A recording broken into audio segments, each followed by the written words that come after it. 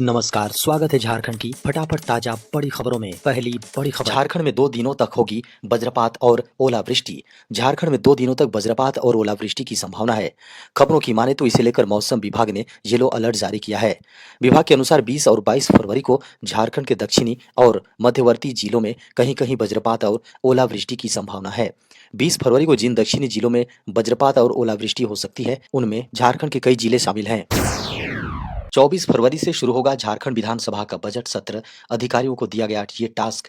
झारखंड विधानसभा का बजट सत्र की तैयारी जोरों पर है।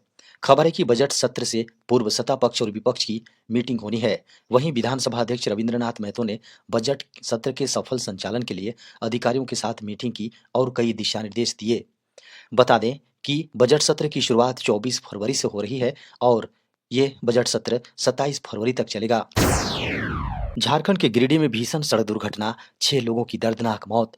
झारखंड के गिरिडीह जिले में डुमरी गिरिडीह पथ पर भीषण दुर्घटना हुआ। यहां बाइक और स्कॉर्पियो के बीच जबरदस्त भिड़ंत हो गई। खबर है कि इस घटना में 6 लोगों की दर्दनाक मौत हो गई है। मरने वालों में से 4 लोग स्कॉर्पियो पर सवार थे और बाकी लोग बाइक पर सवार थे।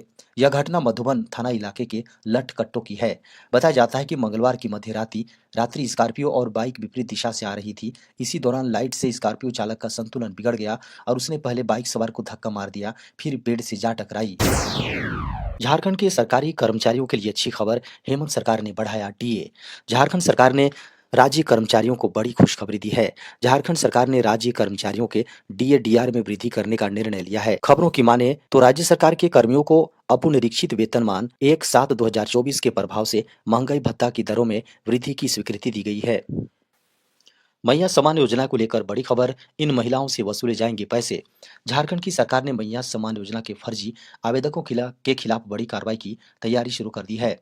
खबर है कि सरकार के इस निर्णय से फर्जी आवेदकों की मुश्किलें बढ़ सकती हैं। दरअसल भौतिक सत्यापन के क्रम में कई ऐसे महिलाओं को चिन्हित किया गया है जो फर्जी तरीके से अब तक इस योजना का लाभ ले रही थी। सरकार ने स्पष्ट आदेश दिया है कि वैसे आवेदक जो फर्जी दस्तावेजों के आधार पर अब तक इस योजना का लाभ ले रहे थे, उनसे पैसे की वसूली भी की जाए। जो लाभुक जो सरकार के तमाम कोशिशों के बावजूद पैसे नहीं देते हैं, तो सरकार उन सभी लोगों के खिलाफ सर्टिफिकेट केस करने की तैयारी कर सकती है। झारखंड की महिलाओं को हेमंत सोरेन सरकार ने दी बड़ी सौगात, अब रात में भी काम कर सकेंगी महिलाएं। झारखंड कैबिनेट की बैठक प्रोजेक्ट भवन के सभागार में मंगलवार को संपन्न हुई। बता दें कि इस कैबिनेट की मीटिंग में 12 प्रस्तावों को मंजूरी दी गई।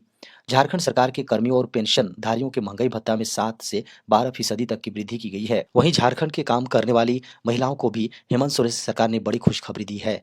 बता दें कि कैबिनेट के फैसले के अनुसार महिलाएं अब रात में भी काम कर सकेंगी। बता दें कि राज्य की फैक्ट्रियों में अपनी सहमति से महिला कर्मचारी शाम 7 बजे से सुबह 6 बजे तक काम कर सकेंगी। 2026 से साल में 2 बार आयोजित होंगी सीबीएसई बोर्ड 10वीं की परीक्षाएं। केंद्रीय माध्यमिक शिक्षा बोर्ड यानी सीबीएसई अगले साल यानी 2026 से 10वीं बोर्ड की परीक्षाएं एक साल में 2 बार आयोजित करेगा। बता दें कि यह चर्चा शिक्षा मंत्री धर्मेंद्र प्रधान की बुधवार को सीबीएसई बोर्ड सचिव और दूसरे शिक्षाविदों के साथ हुई एक अहम मीटिंग में हुई। 2026-27 सेशन के लिए बोर्ड नया सिलेबस भी जारी करने की सोच रहा है। बता दें कि बोर्ड ने इस योजना का ड्राफ्ट 2024 में तैयार किया था और अब माना जा रहा है कि 2026 से इसे लागू कर दिया जाएगा। शिक्षा मंत्रालय ने मंत्री धर्मेंद्र प्रधान के नेतृत्व में सीबीएसई अधिकारियों और राष्ट्रीय शैक्षिक अनुसंधान और प्रशिक्षण परिषद यानी एनसीईआरटी, केंद्रीय विद्यालय संगठन केवीएस और नवोदय विद्यालय समिति एनवीएस के प्रमुखों के साथ बैठक में एक चर्चा की, जहां मसौदा योजनाओं पर गहन विचार विमर्श किया गया, जो अगले सोमवार को सार्वजनिक परामर्श के लिए निर्धारित है। सेबी ने बदले म्यूचुअल फंड से जुड़े नियम 1 अप्रैल से होंगे लागू। मार्केट रेगुलेटर सेबी ने म्यूचुअल फंड से जुड़े नियमों में बड़ा बदलाव किया है। एसेट मैनेजमेंट कंपनियों को न्यू फंड ऑफर के जरिए निवेशकों से जुटाए गए पैसों को एक निर्धारित समय सीमा के भीतर लगाने का निर्देश जारी किया है। बता दें कि नए नियम 1 अप्रैल 2025 से लागू होंगे। Securities and exchange board of India ने म्यूचुअल फंड स्कीम के लिए तनाव परीक्षण का खुलासा अनिवार्य कर दिया है। इतना ही नहीं, अब एमएससी जी हाँ एएमसी कर्मचारियों की सैलरी का हिस्सा भी म्यूचुअल फंड योजनाओं में लगेगा। हालांकि निवेश राशि और स्कीम का चुनाव उनकी भूमिका और निवेशकों के साथ उनके हितों को संरेखित करने पर निर्भर करेगा। सेबी ने एएमसी के लिए एएनएफ को जरिए जुटाए गए फंड को लगाने के लिए 30 दिन का समय निर्धारित किया है। इससे पहले समय सीमा 60 दिन थी। यदि एसेट मैनेजमेंट कंपनियां ऐसा करने में विफल होती हैं तो निवेश बिना एग्जिट लोग भुगतान किए बाहर निकल सकते हैं। बैंकिंग सेक्टर में 4,000 पदों के लिए निकली भर्ती, देश भर से उम्मीदवार कर सकते हैं आवेदन। बैंकिंग सेक्टर में जॉब की तलाश कर रहे युवाओं के लिए एक सुनहरा मौका आया है। दरअसल बैंक ऑफ बड़ौदा ने 4,000 खाली पदों के लिए अप्रेंटिस की भर्ती निकाली है।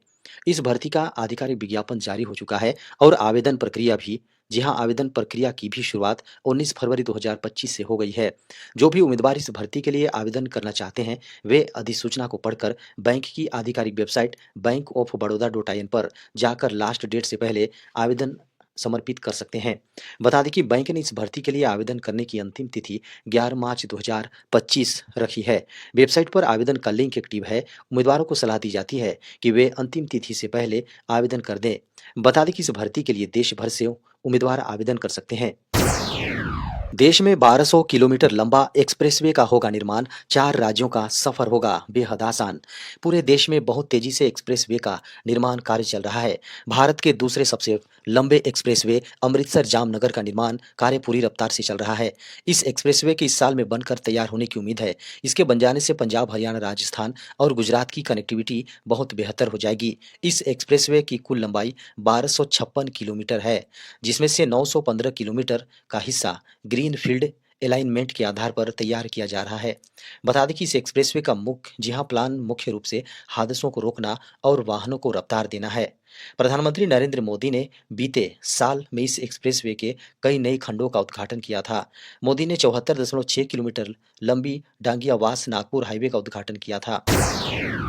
केंद्र ने बाढ़, भूस्खलन और चक्रवात से प्रभावित 5 राज्यों को दी राहत।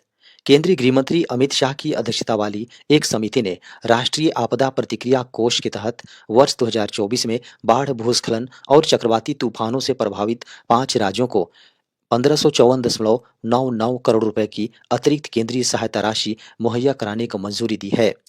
खबरों की माने तो कुल 1554.99 करोड़ रुपए में से आंध्र प्रदेश को 608.08 करोड़ रुपए, नागालैंड को 170.99 करोड़ रुपए, ओडिशा को 255.24 करोड़ रुपए, तेलंगाना को 231.75 करोड़ रुपए और त्रिपुरा को 288.93 करोड़ रुपए स्वीकृत किए गए हैं। गृह मंत्री अमित शाह ने सोशल मीडिया मंच एक्स पर पोस्ट किया, मोदी सरकार आपदा प्रभावित लोगों के साथ चट्टान की तरह खड़ी है। आज गृह मंत्रालय ने एनडीआर कोष के तहत आंध्र प्रदेश, नागालैंड, ओडिशा, तेलंगाना और त्रिपुरा को 1554.99 करोड़ रुपए की अतिरिक्त केंद्रीय सहायता राशि को मंजूरी दी। देश भर के लोको पायलटों का बड़ा ऐलान, 20 फरवरी से करेंगे हड़ताल। भारतीय रेलवे के लोको पायलटों ने 20 फरवरी से 36 घंटे की भूख हड़ताल पर बैठने की घोषणा की है। खबरों की माने तो ऑल इंडिया लोको रनिंग स्टाफ एसोसिएशन यानी AILRSA ने इस बात की पुष्टि की है। AILRSA ने रेल मंत्रालय को इस संबंध में एक पत्र लिखकर कहा है कि अधिकारियों ने अभी तक संसदीय समिति की उस सिफारिश को नहीं माना जिसमें लोको पायलटों के काम के लिए 8 घंटे की शिफ्ट निर्धारित की गई है। एसोसिएशन ने कहा कि लोको पायलटों को लगातार 11 घंटे तक काम करना पड़ता है, जो उनके लिए सेहत पर भी असर डालता है। रेल मंत्रालय की ओर से इस मामले में अब तक कोई जवाब नहीं आया है।